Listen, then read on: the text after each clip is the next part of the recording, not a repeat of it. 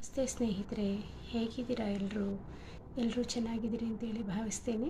ಸ್ನೇಹಿತರೆ, ಈ ದಿನದ ಒಂದು ವ್ಯಾಕರಣಾಂಶವನ್ನು ಆರಂಭಿಸುವ ಮುನ್ನ ನಮ್ಮ ಚಾನಲನ್ನು ನೋಡ್ತಾ ಇರ್ತಕ್ಕಂಥ ಪ್ರತಿಯೊಬ್ಬ ವೀಕ್ಷಕರು ಕೂಡ ನಮ್ಮ ಚಾನಲನ್ನು ಲೈಕ್, ಶೇರ್ ಹಾಗೂ ಸಬ್ಸ್ಕ್ರೈಬ್ ಮಾಡೋ ಮೂಲಕ ಪ್ರೋತ್ಸಾಹಿಸಿ ಅಂತ ಕೇಳ್ತಾ ಇಂದಿನ ಒಂದು ವ್ಯಾಕರಣಾಂಶವನ್ನು ಆರಂಭಿಸೋಣ. ಈ ದಿನ ತಿಳಿಯುತ್ತಿರುವ ವ್ಯಾಕರಣಾಂಶ ಸಂಯುಕ್ತಾಕ್ಷರಗಳು ಅಥವಾ ಒತ್ತಕ್ಷರಗಳು.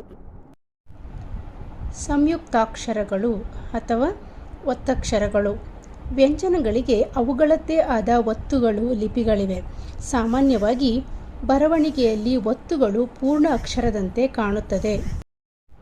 ಕೆಲವು ವ್ಯಂಜನಗಳ ಒತ್ತುಗಳು ವಿಶೇಷವಾಗಿ ಆಕೃತಿಯಲ್ಲಿ ಬೇರೆ ಎನಿಸಿದರೂ ಆ ವರ್ಣದ ಭಾಗವಾಗಿ ನಿಯತವಾದ ಆಕಾರ ಪಡೆದಂತಿರುತ್ತದೆ. ಈಗ ವ್ಯಂಜನಗಳ ಒತ್ತುಗಳನ್ನು ಗಮನಿಸಿ.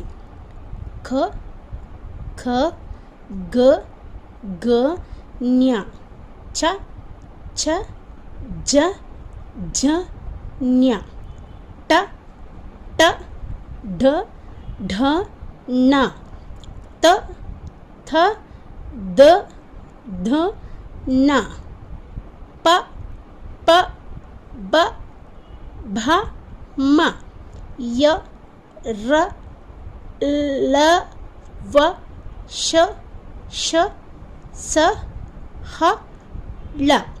ಈ ಮೇಲಿನ ಅಕ್ಷರಗಳಲ್ಲಿ ವಿಶೇಷವಾದುವುದೆಂದರೆ ತ, ನ, ಯ, ರ, ಲ. ರಾಕಾರದ ಒತ್ತುಗಳನ್ನು ಕುರಿತು. ಅರ್ಕಾವತ್ತು ಮತ್ತು ಅರ್ಧಚಂದ್ರಾಕಾರದ ಒತ್ತು, ಈ ಸಂಕೇತಗಳೆರಡನ್ನೂ ರಕಾರದ ಒತ್ತುಗಳೆಂದು ಕರೆಯುತ್ತಾರೆ. ಅರ್ಧಚಂದ್ರಾಕಾರದ ಒತ್ತು ಉದಾಹರಣೆಗೆ ವಜ್ರ, ಬಕ್ರಿ, ಚಕ್ರ. ಅರ್ಕಾವತ್ತು. ಅರ್ಕಾವತ್ತನ್ನು ಬರೆಯುವಾಗ ಕೊನೆಯಲ್ಲಿ ಬರೆಯುತ್ತೇವೆ, ಆದರೆ ಉಚ್ಚರಿಸುವಾಗ ಅದು ಮೊದಲಲ್ಲಿ ಬರುತ್ತದೆ. ಅರ್ಕ. ಸೂರ್ಯ.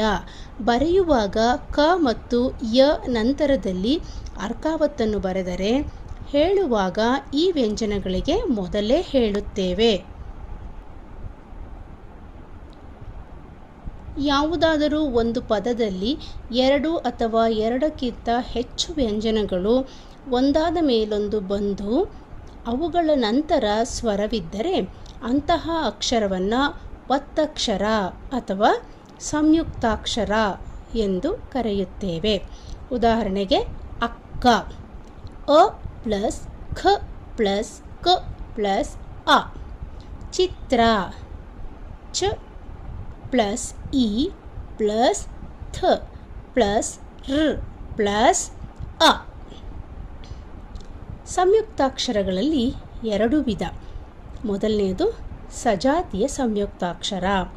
ಒಂದೇ ಜಾತಿಯ ಎರಡು ವ್ಯಂಜನಗಳು ಸೇರಿ ಕೊನೆಯಲ್ಲಿ ಸ್ವರ ಬಂದರೆ ಅದನ್ನು ಸಜಾತಿಯ ಸಂಯುಕ್ತಾಕ್ಷರ ಎಂದು ಕರೆಯುತ್ತೇವೆ.